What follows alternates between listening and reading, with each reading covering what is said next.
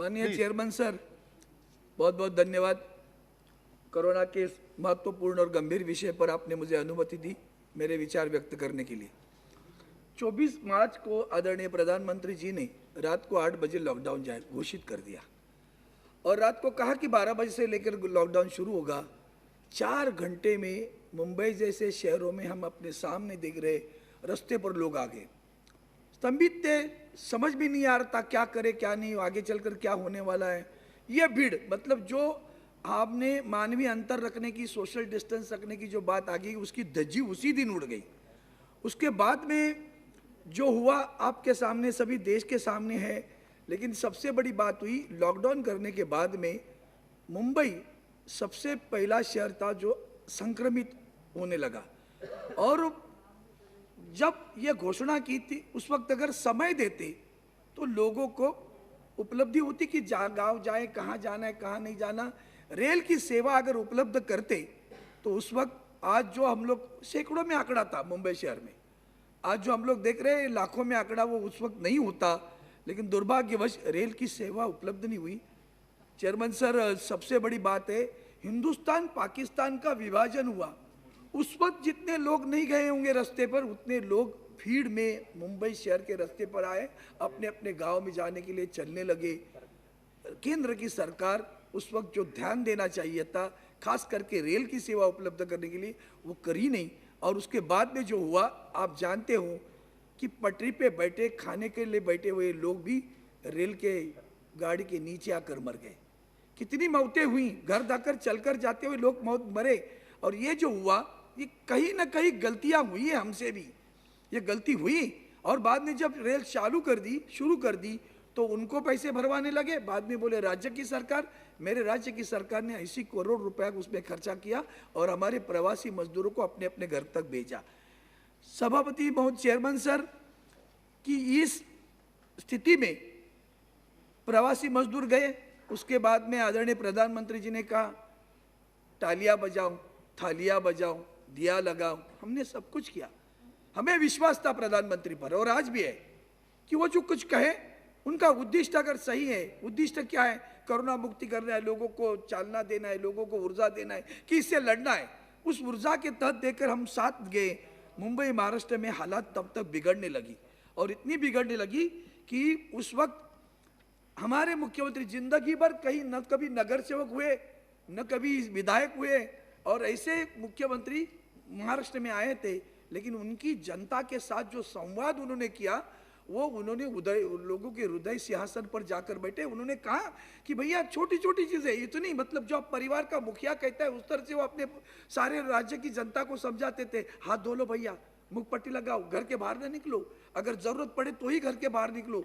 इतना समझाते रहे तो लोग को सोचते, अरे कैसे मुख्यमंत्री मिला हमें, हमारे परिवार का ही मुखिया लगता है जो हमारी चिंता करता है, हमें सावधान की बरसता है। ऐसे मुख्यमंत्री के बाद में काम शुरू हुआ, और आगे चलकर जो महाराष्ट्र में उस वक्त, आप विश्वास नहीं करेंगे चेयरमैन सर, क्या बेड मालूम है, पूरे राज्य में 3500-600 बेड थे हमारे पास, पूरे राज्य में, केंद्र और मतलब महापालिका और अस्पतालों में, सरकारी अस्पतालों में।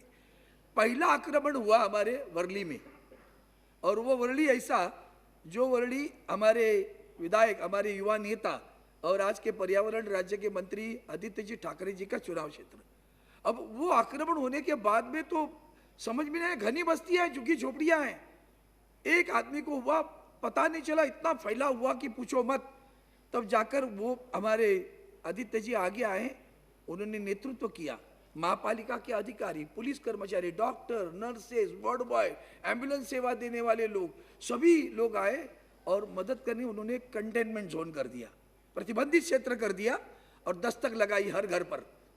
मुझे उन कोविड योद्धा की बहुत सराहना करनी है सर, उन्होंने अभी उनके प्रति श्रद्धांजलि अर्पित की। सही है, कितनी जान पर, जब लोग डर रहे थे, जान पर आकर वो लोग जाके दरवाजे पर जाकर लोगों की जांच करने लगे। जांच करते करते उनको पता लगा, तो हमने घोषणा के लिए chase the virus, break the chain, और वो लेकर हम लोग महाराष्ट्र में आगे आगे चलते रहे, घर घर तक जाते रहे, जांच करते रहे, और रोजाना आंकड़े बढ़ते रहे। सर, जैसे कोलिवाड़ा में हुआ, वर्ली में मछुआरों का एरिया है, उसी तरह धारावी में कितने लोग यहाँ सदन में, कितने को पता नहीं, जो भी आता है चैनल पे कुछ भी बात करता है, न कुछ पता है न कभी देखा है। Chairman sir, Dharavi 2.5 square kilometre वाला एरिया है। कितना? 2.5 स्क्वायर किलोमीटर। कितनी आबादी है? जो सेंसस की आबादी है 6 लाख, रहते 9 लाख लोग। 9 लाख लोग इतनी घनी बस्ती में जब धारावी संक्रमित हुआ तो क्या हुआ होगा, आप सोच लो समझ चेयरमैन सर। और उस क्षेत्र में भी इतनी घनी बस्ती में जब हम लोग दस्तक जाकर लगा कर लोगों को जांच करते थे, उनका टेम्परेचर चेक करते थे, उनकी खांसी आती है कि नहीं, ये सब देखते रहे। दूसरी तरफ लोग संक्रमित लोगों का आंकड़ा बढ़ने लगा तो बेड की कमतरता जाने लगी। हमारे उद्धव साहब ठाकरे जी ने नेतृत्व कर एक नई संकल्पना लाई। बोले नहीं, अभी हम फील्ड हॉस्पिटल बनाएंगे। और फील्ड हॉस्पिटल 15 दिन में 1000 बेड का field hospital with ventilator and ICU beds बना दिया। वो बनाया, बाद में नेस्को में गोरेगांव में बनाया, भाईकाला में बनाया, वर्ली NSCI का ले दिया, और पूरे क्षेत्र में सब ये सारे लोगों के लिए सुविधा बना। दरमियान प्राइवेट हॉस्पिटल के लोग लूटने का शुरू हुआ तो सरकार ने प्राइवेट हॉस्पिटल को भी अधिकृत कर दिया। उधर पाबंदी लगी, उनके दरों पे पाबंदी लगी, सीमा रख दी, कैपिंग कर दी, और आगे चलकर सभी। चेयरमैन सर, ये संकट जो है ना, ये पूरे विश्व में, मुझे सब लोग बोले होंगे, पता नहीं, अभी कि मैं नहीं था थोड़ी देर के लिए, ऐसा संकट किसी विश्व ने कभी नहीं सोचा होगा, न कभी देखा होगा। युद्ध में भी कभी ऐसा नहीं होता कि पूरा देश प्रभावित होता है। न सेकेंड वर्ल्ड में हुआ, न कभी भूकंप आया होगा तो भी नहीं हुआ, न कभी बाढ़ आई तो भी उस क्षेत्र, ऐसा कभी नहीं हुआ पूरी दुनिया में कि पूरा विश्व प्रभावित हो। और ऐसे शत्रु से लड़ रहा है कि जो शत्रु अदृश्य है, पता ही नहीं चल रहा है शत्रु कहाँ है, कैसे है, किस तरह का है, बता रहे, लेकिन शत्रु तो आज तक भी हमने। और इसके बाद में हमने मुंबई में, महाराष्ट्र में टास्क फोर्स बनाई, निजी अस्पतालों का अधिकृत कर दिया। 3500 बेड थे। चेयरमैन सर, आज मुझे गर्व से कहना पड़ेगा, महाराष्ट्र की सरकार ने, उद्धव साहब ठाकरे जी ने, आज महाराष्ट्र में 3,61,083 बेड है। उसमें कोविड के लिए 2,06,827 बेड है। कोविड के O2 के लिए, ऑक्सीजन के लिए 1,54,082 बेड है। सदृश लक्षण के लिए 53,343 बेड है, और वेंटिलेटर है 7,241। मैं माननीय हर्षवर्धन साहब को कहूँगा, आपने वेंटिलेटर्स दिए थे, जरा जांच करिए आज उस वेंटिलेटर की हालत क्या है, क्या चलते हैं कि नहीं चलते, ये भी तो आपको देखना पड़ेगा। बहुत बुरी हालत में सर। आज कैसे हुआ, कोलिवाड़ा हमारा उस बाहर निकल रहा है, धारावी बाहर निकल रहा। चेयरमैन सर, आपको गर्व होगा कि धारावी, और जब वर्ली कोलिवाड़ा इस कोरोना से मुक्ति पाने लगा तो वॉशिंगटन पोस्ट नाम का जो अमेरिका का अखबार है, उसने सराहना की। फिलीपींस ने तो धारावी का पैटर्न ही स्वीकारा कि उसकी तरह से हम भी अपने राष्ट्र में झुग्गी झोपड़ियों में कारोबार करेंगे। उसके बाद में ऑस्ट्रेलियन ब्रॉडकास्टिंग कॉरपोरेशन ने तो, मुंबई के महापालिका ने धारावी में जो रिपोर्ट, जिस तरह से काम किया, उसका रिपोर्ट प्रसारित कर दिया। WHO ने सराहना की। ये सारा काम महाराष्ट्र में होता रहा, प्रधानमंत्री जी का सहयोग भी मिलता रहा। हम कभी कृतज्ञ नहीं होंगे, जो अच्छा है उसको अच्छा कहेंगे। दोनों मिलकर काम करते थे, उनके नेतृत्व में आज भी काम कर रहे हैं, ऐसा हम सोचते हैं। लेकिन पूरे महाराष्ट्र में सबसे ज्यादा प्रभावित राज्य कौन सा है? महाराष्ट्र है। आज तक 11,88,015 कोरोना रुग्ण मिले, उसमें से 8,34,472 कोरोना मुक्त हुए, लेकिन दुर्भाग्यवश 22,216 लोगों की मृत्यु भी हुई। ये दर्द है हमारा, ये दुख है हमारा कि हम बचा नहीं पाए इन लोगों को। आज फिर दोबारा कोरोना उछल रहा है, और ऐसे उछल रहा है कि वैक्सीन तो नहीं है, पूरे दुनिया में उछल रहा है दोबारा सर। और ऐसी स्थिति में आदरणीय प्रधानमंत्री के साथ में हम सब है। आदरणीय प्रधानमंत्री जी ने हाल ही में 4 दिन पहले अपने संसद में भी बात की थी कि लद्दाख के सीमा पर चाइना के साथ जो अभी हम लोग जवान खड़े, उनके साथ पूरी संसद खड़ी है, पूरा देश खड़ा है। ये उनको समझना चाहिए, इसके लिए उन्होंने बात की थी। हम प्रधानमंत्री जी को आश्वासित करना चाहते हैं, विश्वास दिलाते हैं, जान कुर्बान करेंगे, आप जो कहेंगे वो करेंगे।